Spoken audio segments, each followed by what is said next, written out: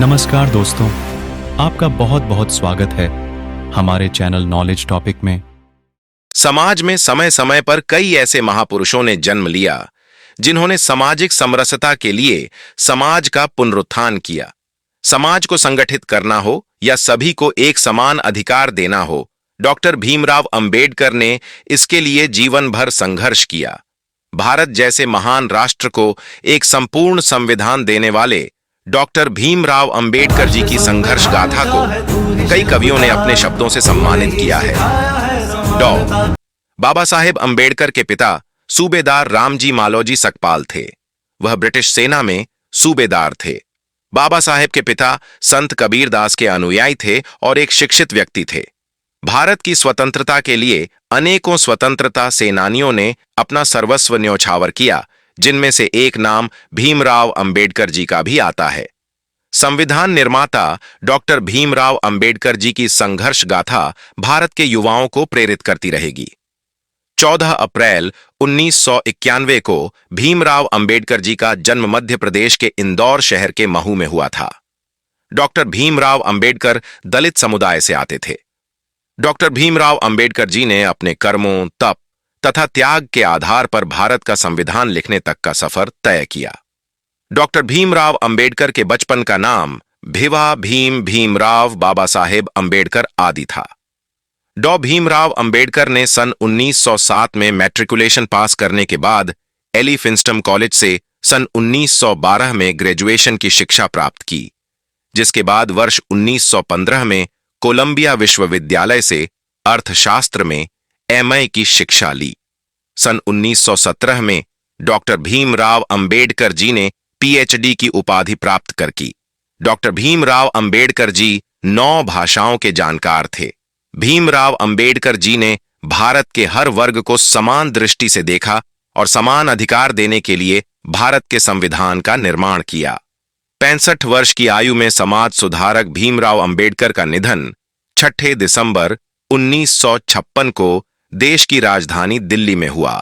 1924 में इंग्लैंड से वापस लौटने के बाद उन्होंने दलित लोगों के कल्याण के लिए एक एसोसिएशन की शुरुआत की, जिसमें सर चिमनलाल सीतलवाड़ अध्यक्ष और डॉ अंबेडकर चेयरमैन थे। एसोसिएशन का तत्काल उद्देश्य शिक्षा का प्रसार करना, आर्थिक स्थितियों में सुधार करना और दलित वर्गों की शिकायतों का प्रतिनिधित्व करना था। आजादी के बाद 1947 में उन्हें देश के प्रथम प्रधानमंत्री श्री जवाहरलाल नेहरू के पहले मंत्रिमंडल में कानून एवं न्याय मंत्री के रूप में नियुक्त किया गया, लेकिन 1951 में उन्होंने कश्मीर मुद्दे, भारत की विदेश नीति और हिंदू कोड बिल के प्रति प्रधानमंत्री नेहरू की नीति पर अपना मतभेद प्रकट करते हुए मंत्री पद से इस्तीफा दे दिया। 1552 में कोलंबिया विश्वविद्यालय ने भारत के संविधान का मसौदे तैयार करने में उनके योगदान को मान्यता प्रदान करने के लिए उन्हें एलएलडी की डिग्री प्रदान की। 1955 में उन्होंने भाषाई राज्यों पर विचार नामक अपनी पुस्तक प्रकाशित की। डॉ बीआर अंबेडकर को उस्मानिया विश्वविद्यालय ने 12 जनवरी 1953 को डॉक्टरेट की उपाधि से सम्मानित किया। आखिरकार 21 वर्षों के बाद उन्होंने सच साबित कर दिया जो उन्होंने 1935 में योला में कहा था कि मैं हिंदू के रूप में नहीं मरूंगा। 14 अक्टूबर 1956 को उन्होंने नागपुर में एक ऐतिहासिक समारोह में बौद्ध धर्म अपना लिया और 6 दिसंबर 1956 को उनकी मृत्यु हो गई। स्वतंत्र भारत की चेतना को जगाने का, समाज को कानून का पाठ पढ़ाने का संविधान निर्माता डॉक्टर अंबेडकर ने प्रण लिया। समाज के हर वर्ग को समान अधिकार दिलाने का, भारत की आजादी के लिए स्वतंत्रता आंदोलन से युद्ध कर अपना सर्वस्व न्योछावर किया। समाज को संगठित करने के लिए उन्होंने अनेकों पीड़ाएं सहकर संविधान का निर्माण किया। हर वर्ग को शिक्षित करने में, हर व्यक्ति के अधिकारों की रक्षा करने में, स्वतंत्र भारत को अखंड भारत बनाने में संविधान निर्माता डॉक्टर अंबेडकर का असंख्य स्वतंत्रता सेनानियों का अविस्मरणीय योगदान भुलाया नहीं जा सकता। तप त्याग की महान परिभाषा है। डॉक्टर अंबेडकर इस परिभाषा को कभी झुठलाया नहीं जा सकता। डॉ बाबा साहेब अम्बेडकर को 1954 में नेपाल के काठमांडू में जागतिक बौद्ध धर्म परिषद में बौद्ध भिक्षुओं द्वारा बोधिसत्व की उपाधि से सम्मानित किया गया। महत्वपूर्ण बात यह है कि डॉन अम्बेडकर को जीवित रहते हुए ही बोधिसत्व की उपाधि से नवाजा गया था। उन्होंने भारत के स्वतंत्रता संग्राम में और स्वतंत्रता के बाद इसके सुधारों में भी अपना योगदान दिया। इसके अलावा बाबा साहेब ने भारतीय रिजर्व बैंक के गठन में महत्वपूर्ण भूमिका निभाई थी। केंद्रीय बैंक का गठन हिल्टन यंग कमीशन को बाबा साहेब द्वारा प्रस्तुत की गई अवधारणा के आधार पर किया गया था। डॉ अम्बेडकर का प्रकाशवान जीवन दर्शाता है कि वह विद्वान और कर्मशील व्यक्ति थे। सबसे पहले उन्होंने अपनी पढ़ाई को आगे बढ़ाने में अर्थशास्त्री, राजनीति, कानून, दर्शन और समाजशास्त्र का अच्छा ज्ञान प्राप्त किया, जहां पर उन्हें कई सामाजिक बाधाओं का सामना करना पड़ा। लेकिन उन्होंने अपना सारा जीवन पढ़ने और ज्ञान प्राप्त करने और पुस्तकालयों में नहीं बिताया। उन्होंने आकर्षक वेतन के साथ उच्च पदों को लेने से इनकार कर दिया, क्योंकि वह दलित वर्ग के अपने भाइयों को कभी नहीं भूले। उन्होंने अपना जीवन समानता, भाईचारे और मानवता के लिए समर्पित किया। उन्होंने दलित वर्गों के उत्थान के लिए पुरजोर कोशिश की। डॉ भीमराव के जीवन के इतिहास से गुजरने के बाद उनके मुख्य योगदान और उनकी प्रासंगिकता का अध्ययन और विश्लेषण करना बहुत आवश्यक और उचित है। एक विचार के अनुसार 3 बिंदु हैं जो आज भी बहुत महत्वपूर्ण हैं। आज भी भारतीय अर्थव्यवस्था और भारतीय समाज कई आर्थिक और सामाजिक समस्याओं का सामना कर रहा है। अंबेडकर के विचार और कार्य इन समस्याओं का समाधान करने में हमारा मार्गदर्शन कर सकते हैं। भीमराव अंबेडकर भारतीय समाज के एक ऐसे महान चिंतक, संविधान निर्माता और दलित समुदाय के लोकप्रिय नेता थे जिन्होंने जीवन भर समाज से छुआछूत और जातिवादी मतभेदों को मिटाते हुए सभी के लिए समान अधिकारों की पैरवी की। उन्होंने न केवल भारतीय संविधान को आकार दिया, बल्कि समाज में व्याप्त असमानता और अन्याय के खिलाफ भी सदैव प्रखरता से आवाज उठाई। आज भी उनका संघर्षशाली जीवन और उनके विचार हर भारतीय को प्रेरित करते हैं। उनके विचारों ने भारतीय जनमानस की चेतना जागकर समाज को नई दिशा देने में मुख्य भूमिका निभाई। भारत में सभी के लिए एक समान अधिकारों और एकजुट भारत की नींव रखने में उनके विचारों ने महत्वपूर्ण योगदान दिया। दिसंबर की 6 तारीख को अम्बेडकर का दिल्ली में देहांत हो गया। सारा देश शोक में डूब गया। अंतिम संस्कार बंबई में होगा, ये सुनते ही शहरों और गांवों से लाखों लोग बंबई आने लगे। बाबा साहब अब संसार से आखिरी विदा ले रहे थे। अंतिम यात्रा दादर चौपाटी पहुंची।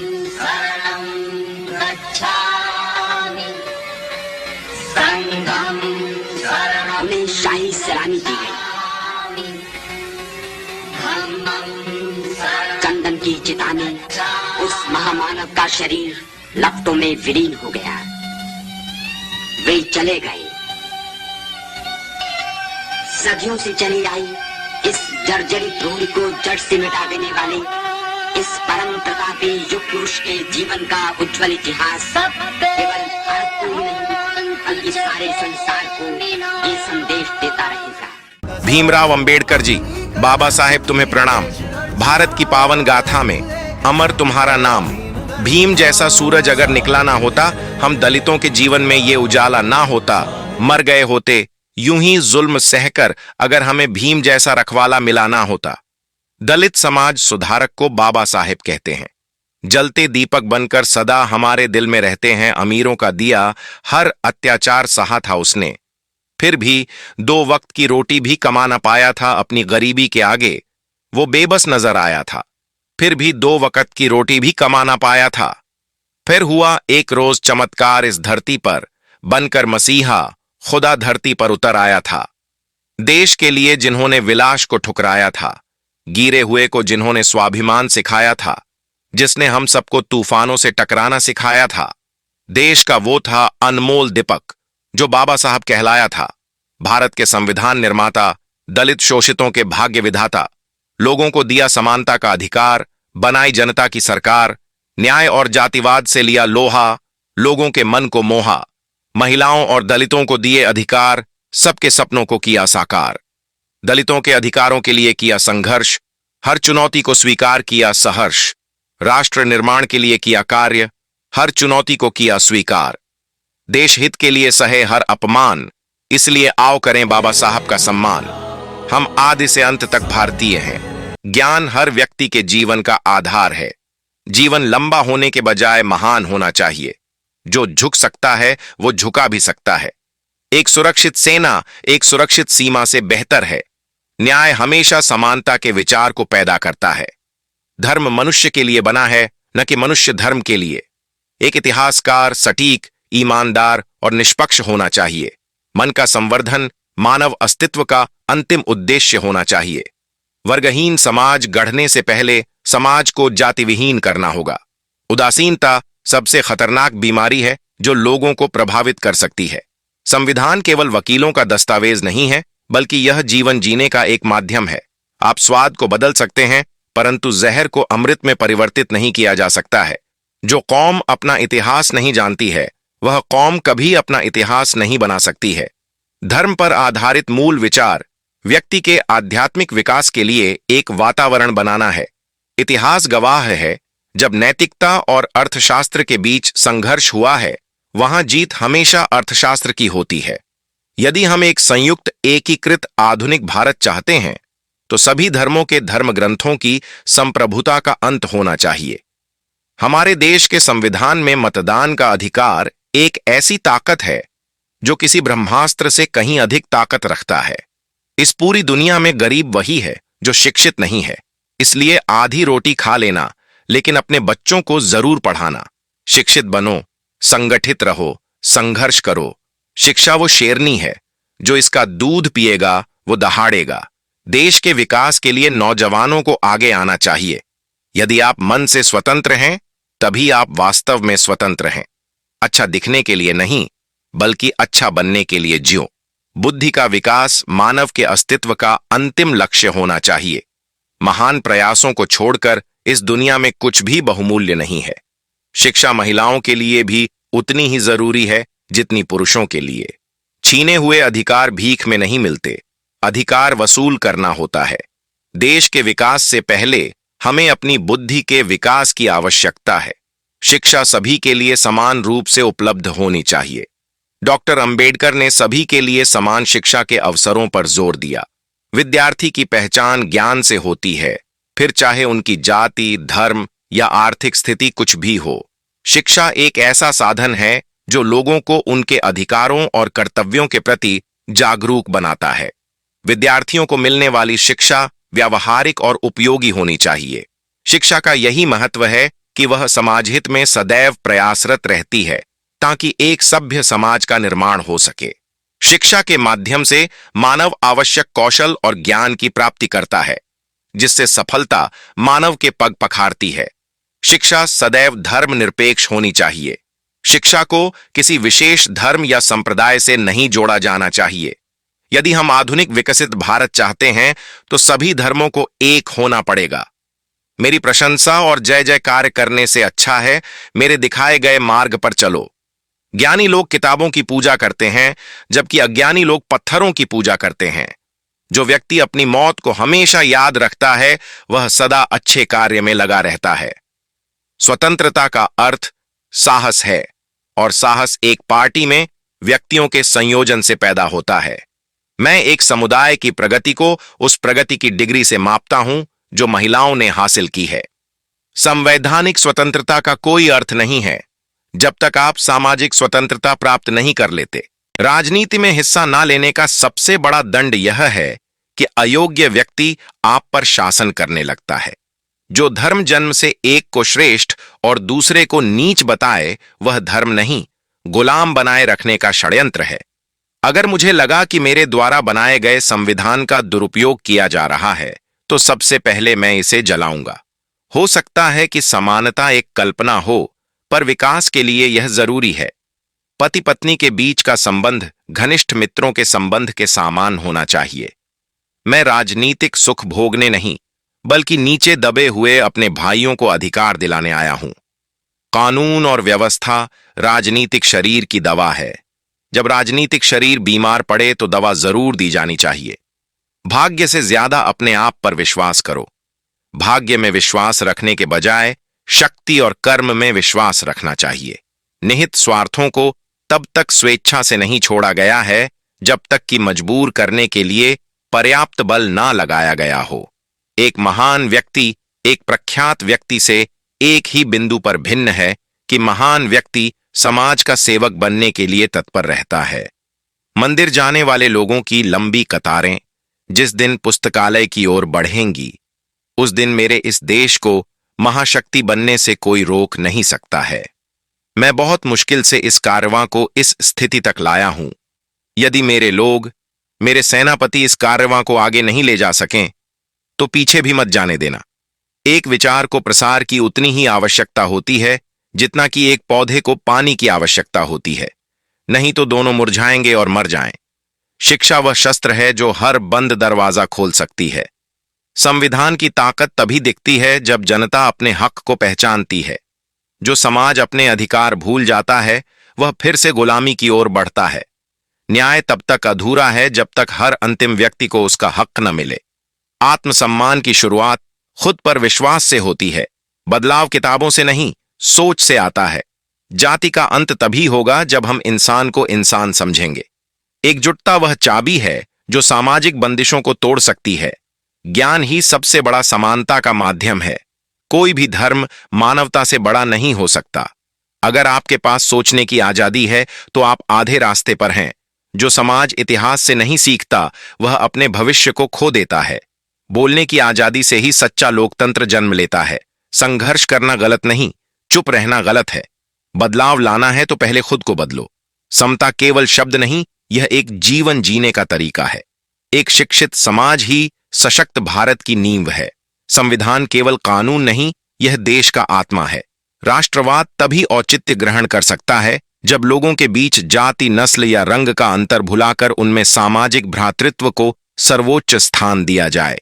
यदि हमें अपने पैरों पर खड़े होना है, अपने अधिकार के लिए लड़ना है, तो अपनी ताकत और बल को पहचानो, क्योंकि शक्ति और प्रतिष्ठा संघर्ष से ही मिलती है। कुछ लोग सोचते हैं कि धर्म समाज के लिए आवश्यक नहीं है। मैं यह दृष्टिकोण नहीं रखता। मैं धर्म की नींव को समाज के जीवन और प्रथाओं के लिए आवश्यक मानता हूं। जिसे अपने दुखों से मुक्ति चाहिए, उसे लड़ना होगा, और जिससे लड़ना है उससे पहले अच्छे से पढ़ना होगा, क्योंकि ज्ञान के बिना लड़ने गए तो आपकी हार निश्चित है। एक सफल क्रांति के लिए यह आवश्यक नहीं है कि असंतोष हो। जो आवश्यक है वह है न्याय, आवश्यकता, राजनीतिक और सामाजिक अधिकारों के महत्व पर गहन विश्वास। अन्याय से लड़ते हुए आपकी मौत हो जाती है तो आपकी आने वाली पीढ़ियां उसका बदला जरूर लेंगी। अगर अन्याय सहते हुए आपकी मौत हो जाती है तो आपकी आने वाली पीढ़ियां भी गुलाम बनी रहेंगी। समाज को श्रेणी विहीन और वर्ण विहीन करना होगा, क्योंकि श्रेणी ने इंसान को दरिद्र और वर्ण ने इंसान को दलित बना दिया। जिनके पास कुछ भी नहीं है वे लोग दरिद्र माने गए, और जो लोग कुछ भी नहीं है वे दलित समझे जाते हैं। राजनीतिक अत्याचार सामाजिक अत्याचार की तुलना में कुछ भी नहीं है। समाज को बदनाम करने वाले सुधारक सरकार को नकारने वाले राजनेता की तुलना में अधिक अच्छे व्यक्ति हैं। हमें जो स्वतंत्रता मिली है उसके लिए हम क्या कर रहे हैं?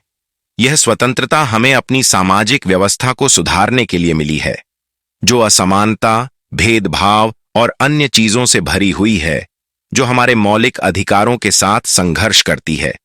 समाज में अनपढ़ लोग हैं, ये हमारे समाज की समस्या नहीं है।